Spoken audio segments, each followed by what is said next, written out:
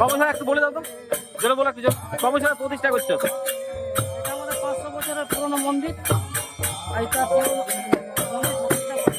কি ঠাকুর আছে? কৃষ্ণ মন্দির।